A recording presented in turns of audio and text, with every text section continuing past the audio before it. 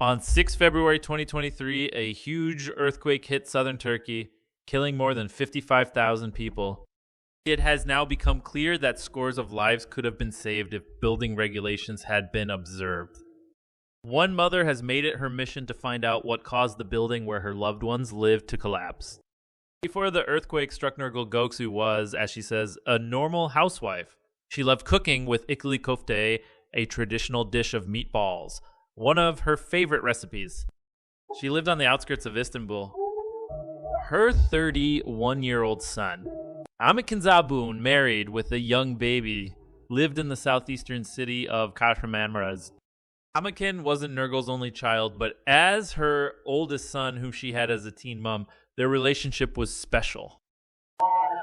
She put him through university and was proud of what he achieved.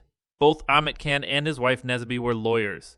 Nurgul herself never went to university and had to finish school through an external degree. When the quake hit Kahramanmaraş, at least 7,000 buildings in the city collapsed, including Ahmetcan's. Nurgul dashed to the city to search for her son, his wife, and their child. As she puts it, her 3 children. While many buildings in Kahramanmaraş had been destroyed in the earthquake, the area where Nurgul's son lived didn't seem to have been affected as badly. Much of the neighborhood was barely damaged. But his residential block, 10 stories high and known as the Ezgi building, was one of very few which were flattened. Similar discrepancies occurred in other quake-affected areas too. Many in Turkey started asking why some buildings collapsed and others did not, even if they had been situated right next to each other and were of similar height, age, and construction style. Nurgul waited as the rescue teams trawled through the ruins of the Ezgi building. 8 days later, the bodies of Ahmetcan, his wife Nesabi, and their baby daughter Asud, Nurgul's granddaughter, were found. Baby Asud was only 6 months old. Losing not just 1, but 3 children is truly hard, says Nurgul. She frequently shares family photos on social media accounts she created after the disaster. I didn't want them to die in vain and for me to just forget about them, says Nurgul. In total, 35 people died in the collapse of the Ezgi building. Only 2 survived. Following the loss of her family, Nurgul decided to get to the bottom of why her son's building collapsed while others didn't, but she needed evidence and expert knowledge. She spoke to local civil engineers and construction experts.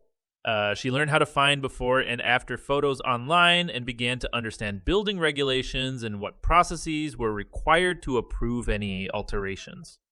Then, in June last year, she came across a BBC Turkish video on YouTube made about the collapse of one building in the city of Izmir following an earthquake in 2020. Nurgul messaged us on social media asking for help analyzing the collapse of the Ezgi building. We stayed in touch with her for months while she continued to investigate whether alterations made to the building had been done correctly. We used graphics to illustrate her findings. I tried to find as much evidence as I could at the place where I lost my child, Nurgul says. It shouldn't have been my responsibility, but it seems that had I not done it, we wouldn't have found anything. Nurgul found out that in many quake-hit areas, the investigations, opened after claims of violations of building regulations, were being closed due to insufficient evidence. She didn't want this to happen to her own investigation, so she gave numerous TV interviews to publicize her case. Despite not having been a keen social media user before the earthquake, she also opened an Instagram account about the Ezgi building, trying to gather information from other families of those who died and building experts. Nurgul stressed that the prosecutor could have used public records to gather evidence about the way the building was initially built. However, she wanted to make sure all parties responsible for the building's collapse would be brought to justice, which was why she focused on gathering evidence of how the restorations and alterations to the building had been carried out. When the prosecutor's office opened an inquiry and commissioned an expert report into the collapse of Ezgi building, Nurgul's evidence became a key contribution. The report, which was completed in July 2023, found that many alterations to the building were carried out in violation of existing regulations and were illegal. Dr. Beyza Taskin, an associate professor of civil engineering at Istanbul Technical University, told the BBC the fact that surrounding buildings remained intact indicates that there was a major structural issue with the Ezgi building. The report revealed that a key support element was either never built properly or was altered later. Initial lab analysis also showed that some materials and construction processes didn't meet approved standards. And then there was something else. The building's cafe. Questions about the earlier renovation of a cafe on the ground floor started being raised soon after the collapse of the Esgy building. The renovation had involved merging 3 separate units on the ground floor into one large area. A service lift was also installed by removing part of the floor, and multiple large holes for ventilation were cut from curtain walls. Another alteration was the removal or replacement of a bearing wall, which had been included in the original design of the building but disappeared later.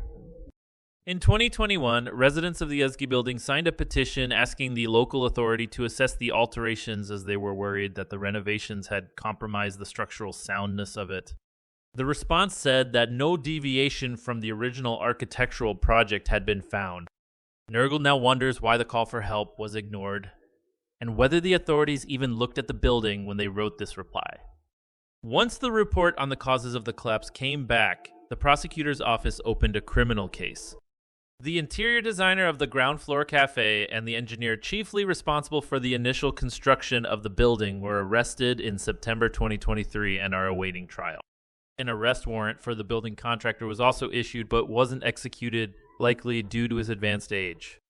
His lawyer dismissed accusations that his client was responsible for the collapse and blamed it on later alterations. The lawyer has not yet responded to our request for further comment.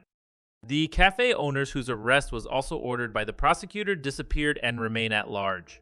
Last September, they took to social media to deny they were responsible for any violations of the building regulations in the renovations of the ground floor. The local authorities are still to be questioned. We have asked the Turkish Ministry of the Interior to comment, but have not received a reply.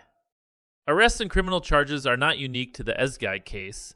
Dozens of cases linked to faulty constructions and illegal building alterations have been opened across quake-hit areas. Here, in July last year, the Turkish Ministry of Justice said over 350 people had been arrested in such cases. While working on her own case, Nergal has also been helping others, sharing her knowledge of building regulations and civil engineering, as well as her skills in using open-source intelligence. It says she is determined to find those responsible for the collapse, to make sure no one is tempted to bypass or violate building regulations in the future. Maybe for the sake of the Esgy building, such things will not happen in the future. I am fighting to set an example.